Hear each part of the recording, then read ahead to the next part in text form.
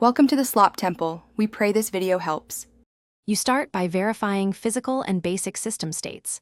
Confirm the USB audio device has power and a firm connection, and plug it into a different USB port if needed.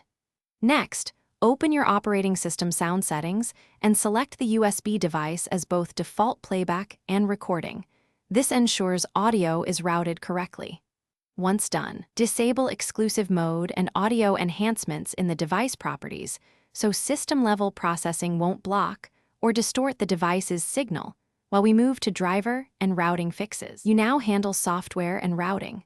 Uninstall and reinstall the USB audio driver or update it from Device Manager or the manufacturer's package, because driver corruption often causes dropouts.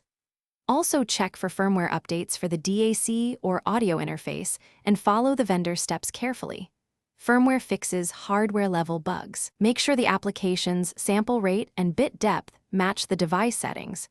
Mismatches cause silence or artifacts, so adjust them in the app or sound control panel before continuing to test latency and buffer sizes.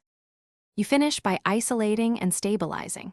Test the USB audio device on another computer or a phone that supports USB audio to determine whether the fault is the device or your system.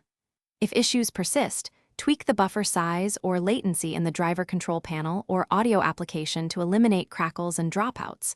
Larger buffers increase stability. One key troubleshooting tip: if nothing works, gather logs, record exact behavior, note firmware and driver versions, and contact vendor support with that information for targeted help.